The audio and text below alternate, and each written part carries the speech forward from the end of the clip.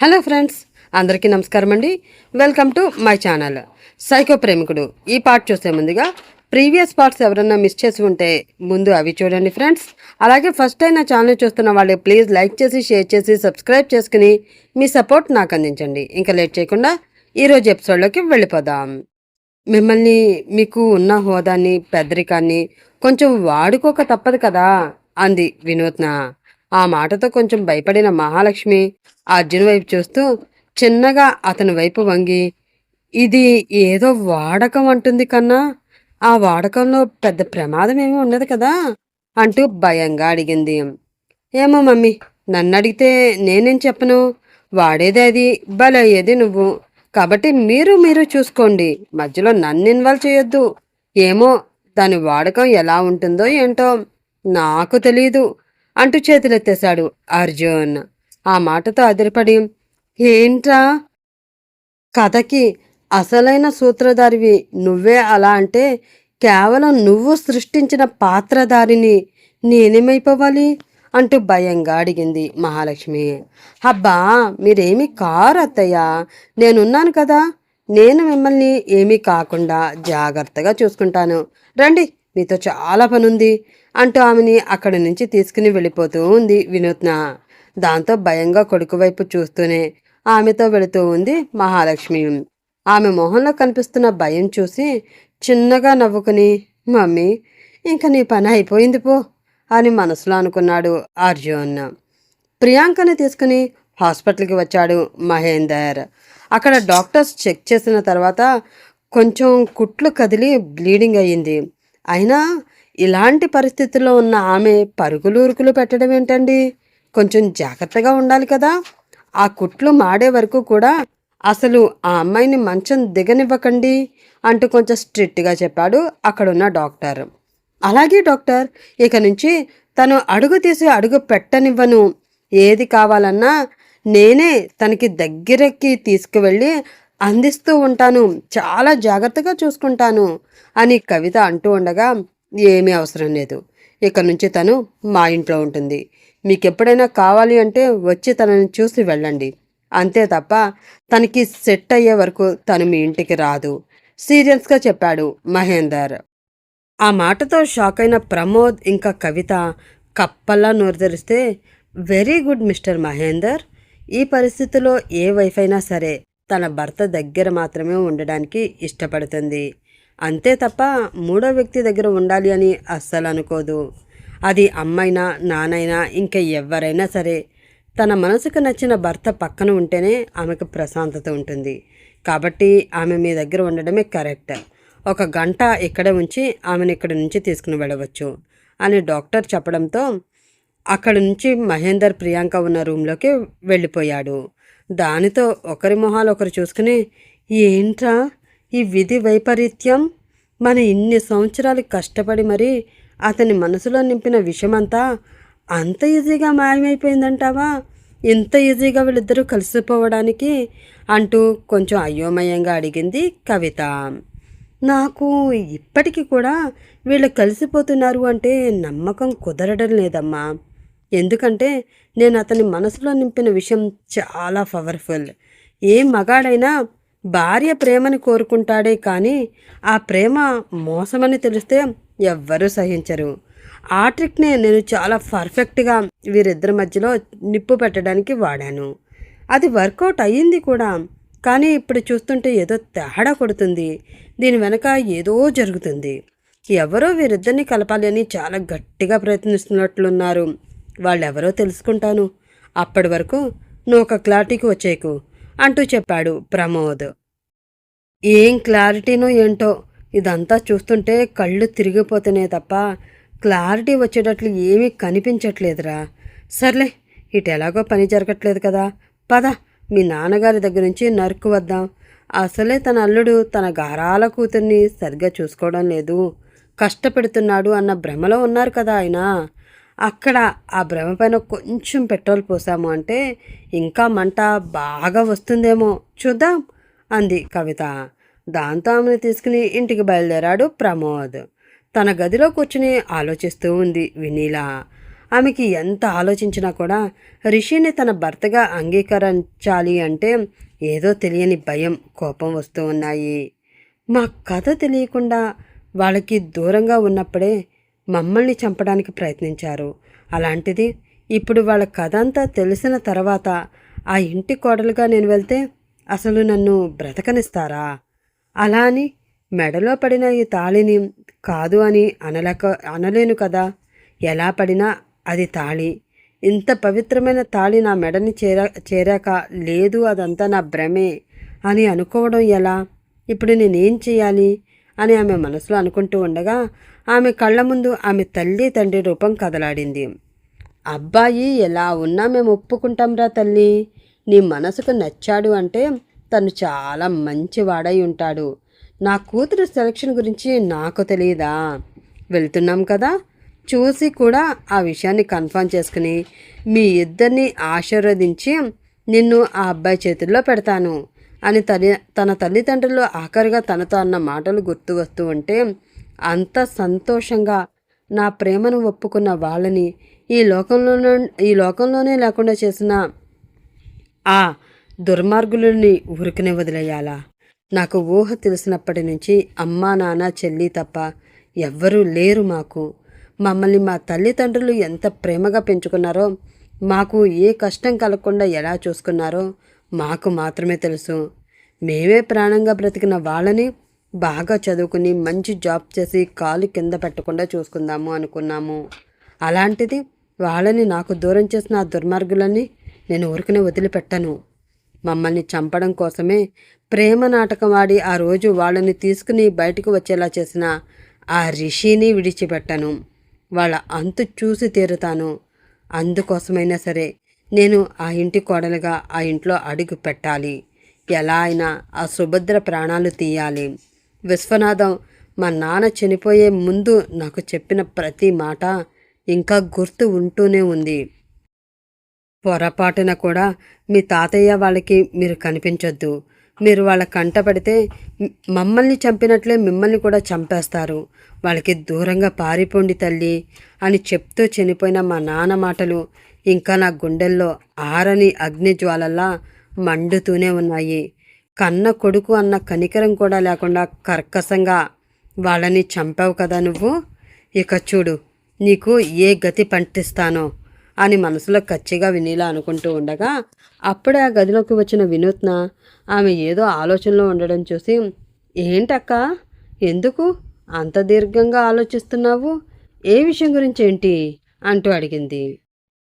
ఆ మాటతో అదిరిపడి ఆమె వైపు చూస్తూ, ఇంకా నేను ఆలోచించడానికి ఏ విషయాలున్నాయి విన్ను?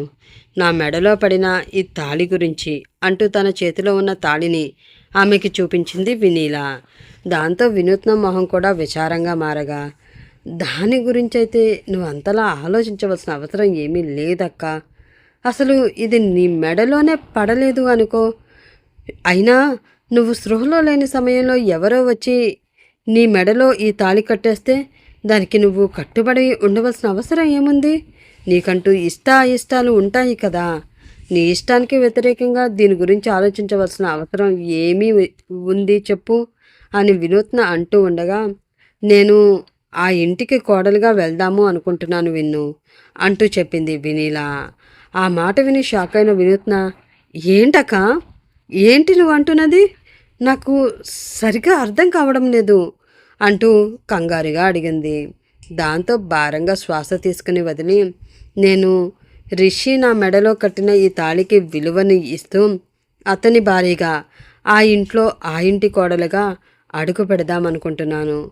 ఇది నీకు ఏమైనా అభ్యంతరం ఉందా అంటూ అడిగింది వినీలా. ఆ మాట విని ముందు కొంచెం కంగారు పడినా తన మనసుకి తానే సర్ది చెప్పుకుంటూ, నువ్వు వెళ్తాను అంటే నాకు అభ్యంతరం ఏముంటుంది అక్క?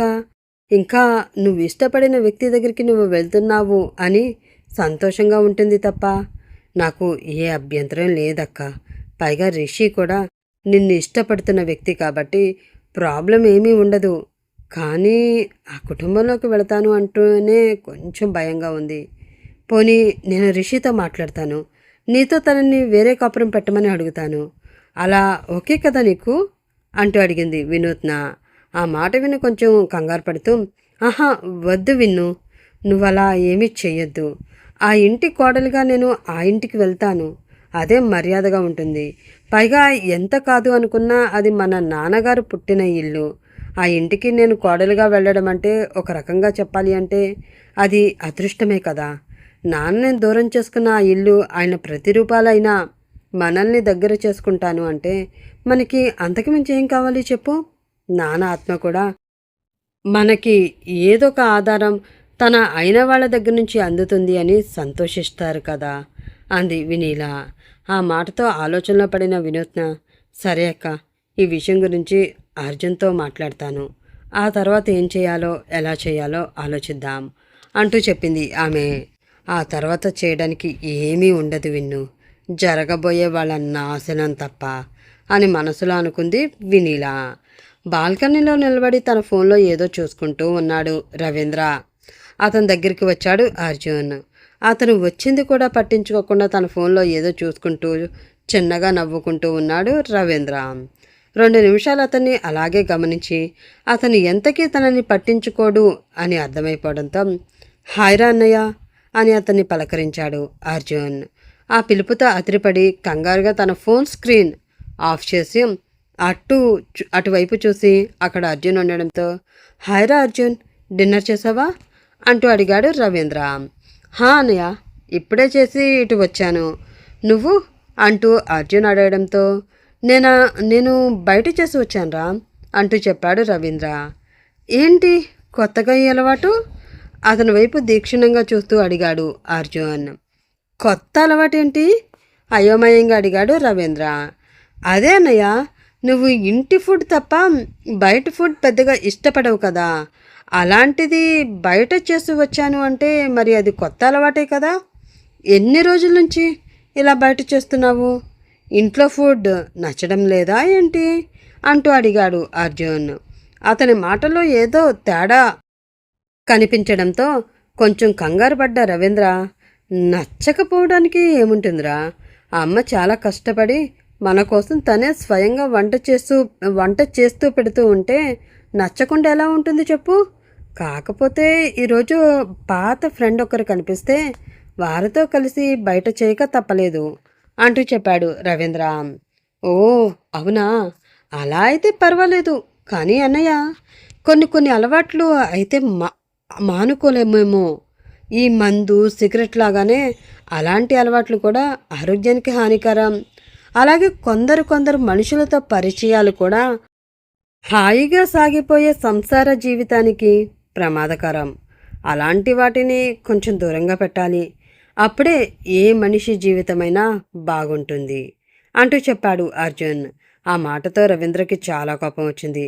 అంటే ఏంటో నీ ఉద్దేశం? నేను బయట తిరుగుతూ ఇంట్లో ఉన్న వాళ్ళని బాధ పెడుతున్నాను అంటున్నావా అంటూ సీరియస్ అయ్యాడు అతను. ఎందుకురా అంత సీరియస్ అవుతున్నావు? నేను నార్మల్గా చెప్పాను. దానికి నువ్వు అంత కోపంగా రియాక్ట్ అవ్వాల్సిన అవసరం ఏముంది? నాకు తెలుసు నువ్వు చాలా బిజీ పర్సన్ అని. కానీ ఇంట్లో ఉన్న వాళ్ళని కూడా పట్టించుకోలేనంత బిజీ ఎప్పుడయ్యావో అదే తెలియడం లేదు. అందుకే అలా చెప్పాను తప్ప నువ్వేదో తప్పు చేసావని కాదు అన్నాడు అర్జున్. ఇంట్లో వాళ్ళని పట్టించుకోవట్లేదు అని నీకెవరు చెప్పారు? ఎవరైనా నీ దగ్గరికి వచ్చి కంప్లైంట్ ఇచ్చారా ఏంటి? లేదా నువ్వే అలా ఊహించుకుంటున్నావా అంటూ అడిగాడు రవీంద్ర. భారంగా శ్వాస తీసుకుని వదిలి ఒక్క క్షణం అతని మొహంలోకి చూస్తూ అలా ఉండిపోయిన అర్జున్, ఊహించుకోవాల్సిన అవసరం నాకు లేదురా. కంప్లైంట్ ఇచ్చారు కాబట్టే నీ దగ్గరికి వచ్చి చెప్పవలసిన అవసరం వచ్చింది అంటూ చెప్పాడు. ఎవరు నీకు కంప్లైంట్ ఇచ్చింది? మీ వదిన చెప్పిందా నేను తనని సరిగ్గా చూసుకోవడం లేదు అంటూ నా మీద నీకు లేనిపోని చాడీలు చెప్పిందా? కోపంగా అడిగాడు రవీంద్ర. చిన్నగా నవ్వుతూ, ఈ ఆడవాళ్ళు చాలా సెన్సిటివ్ అన్నయ్య. అలాగే ఎదుటి వాళ్ళు ఎంత తప్పు చేసినా కూడా ఆ తప్పులను చాలా ఓపికతో భరించే శక్తి ఈ ఆడవాళ్ళకి చాలా ఎక్కువగా ఉంటుంది. ఏ బాధనైనా తన గుండెల్లోనూ దాచుకుంటారే తప్ప నా భర్త ఇలా చేస్తున్నాడు అని పెదవి విప్పి బయట పెట్టరు. ఎంత పెద్ద లెక్చరర్ అయినా వదిన కూడా ఆడదే కదా.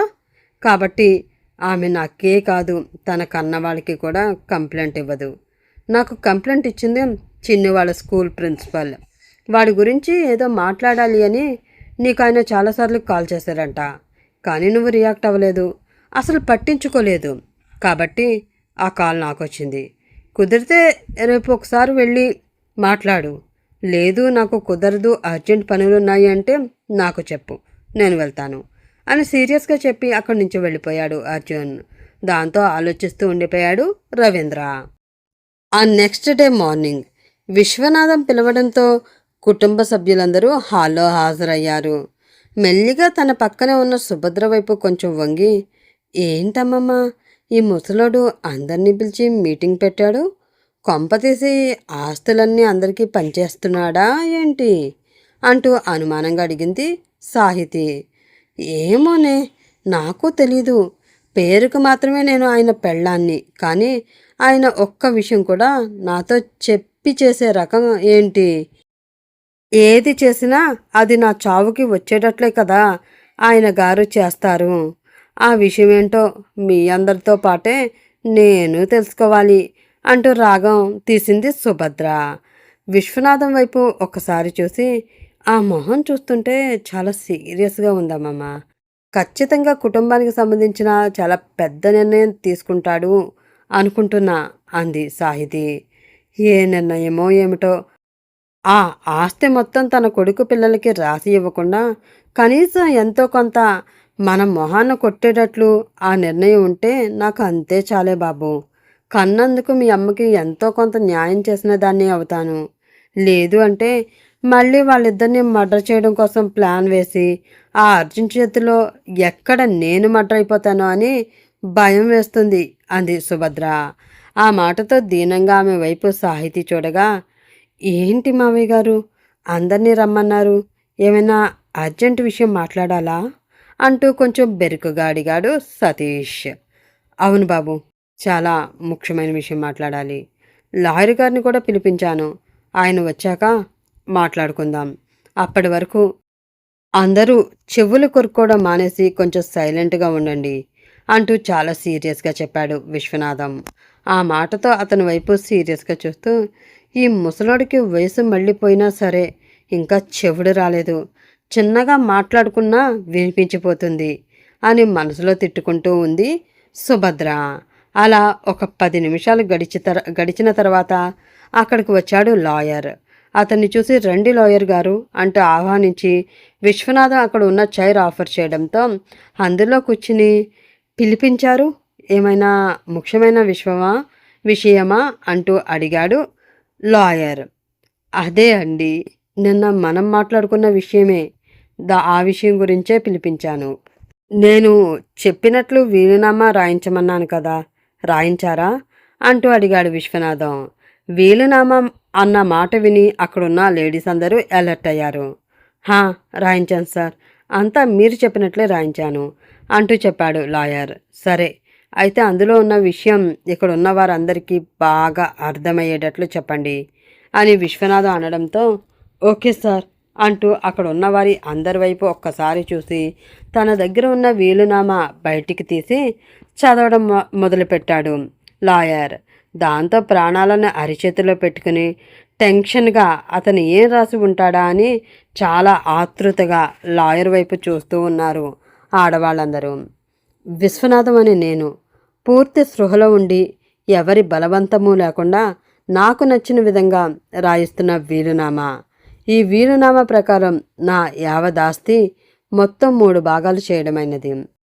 అందులో 2 భాగాలు నా కొడుకు కూతుళ్ళైన వినూత్న వినీలకి చేరగా, 3వ భాగం నా కూతురు పిల్లలైన రిషి సాహితీ సంగీతలకి చేరుతాయి అని అతను చదవగానే అక్కడున్న వారందరికీ హార్ట్ అటాక్ వచ్చింది. 2 భాగాలు వాళ్ళకిచ్చి ముష్టి 3వ భాగం ఇలా ముగ్గురికి ఇస్తాడా? అన్యాయం ఇది అని మనసులో అనుకుంటూ కచ్చిగా విశ్వనాథం వైపు చూస్తూ ఉన్నారు ఆడవాళ్ళందరూ. నా కొడుకు పిల్లలకి ఇచ్చిన ఆస్తిని వాళ్ళు ఏదైనా చేసుకోవచ్చు, అది అడగడానికి కానీ ఆంక్షలు పెట్టడానికి కానీ ఎవ్వరికీ హక్కు లేదు. కానీ కూతురు పిల్లలకి ఇచ్చిన ఆస్తి మాత్రం అమ్మడానికి కానీ వేరే వాళ్ళకి దానం ఇవ్వడానికి కానీ వాళ్ళ సొంతానికి ఇష్టం వచ్చినట్లు ఖర్చు పెట్టుకోవడానికి కానీ వీలు లేదు. ఆ మూడో భాగాన్ని మళ్ళీ 3 భాగాలు చేసి ముగ్గురికి సమానంగా ఇవ్వాలి. రిషి భాగం అతనికి అప్పగించి మిగతా 2 భాగాలు మాత్రం సంగీత సాహితులను పెళ్లి చేసుకున్న వాళ్ళ భర్తలకి కట్నం కింద ఇవ్వడం జరుగుతుంది. వాటిపై వారి భర్తలకి తప్ప ఆడపిల్లలకి హక్కు ఉండదు. ఏ పరిస్థితుల్లో అయినా వీళ్ళు వాళ్ళ మాట వినకపోతే, విడాకుల వరకు విషయం వెళితే ఆస్తులు వాళ్ళ భర్తల దగ్గరే ఉండిపోతాయి తప్ప వీళ్ళకి చిల్లి గవ్వ ఇవ్వవలసిన పని లేదు. ఇకపోతే నా భార్య, కూతురు, వాళ్ళకి నా మొదటి భార్య స్త్రీధనం కింద తెచ్చుకున్న ఆస్తిని ఇవ్వడం జరుగుతుంది. ఆ ఆస్తి మొత్తం నా అల్లుడి పేరు మీద ఉండడం జరుగుతుంది. ఇకపై మా ముగ్గురి బాధ్యత మా అల్లుడి గారే తీసుకుని మా యోగక్షేమాలు ఆయనే చూసుకోవాలి. అలాగే మా అవసరాలను తీర్చవలసిన బాధ్యత అతనికి మాత్రమే ఉంటుంది. మాకు ఆరోగ్యపరంగా ఏంటి, ఆర్థిక పరంగా ఏంటి, ఏ అవసరమైనా సరే అన్నిటికీ మా అల్లుడిదే బాధ్యత వహించాలి అంటూ వీలునామా చదవడం పూర్తి చేశాడు లాయర్. అది విన్న ఆడవాళ్ళందరికీ ఫీజులు కొట్టేసినట్లు మొహాలు మాడిపోగా మగవారి మొహాలు మాత్రం ఆనందంతో వెలిగిపోతూ ఉన్నాయి. ఆ తర్వాత ఏం జరుగుతుంది? ఆడవాళ్ళు ఈ వీలునామాని అంగీకరిస్తారా? వాళ్ళు అంగీకరించకపోతే విశ్వనాథం ఏం చేస్తాడు? తెలుసుకోవాలంటే నెక్స్ట్ పార్ట్ కోసం వెయిట్ చేస్తూ ఉండండి ఫ్రెండ్స్. అలాగే ఈ పార్ట్ కనుక మీకు నచ్చినట్లయితే ప్లీజ్ లైక్ చేసి, షేర్ చేసి, సబ్స్క్రైబ్ చేసుకుని మీ సపోర్ట్ నాకు అందించండి. రేపటి ఎపిసోడ్లో మళ్ళీ కలుసుకుందాం.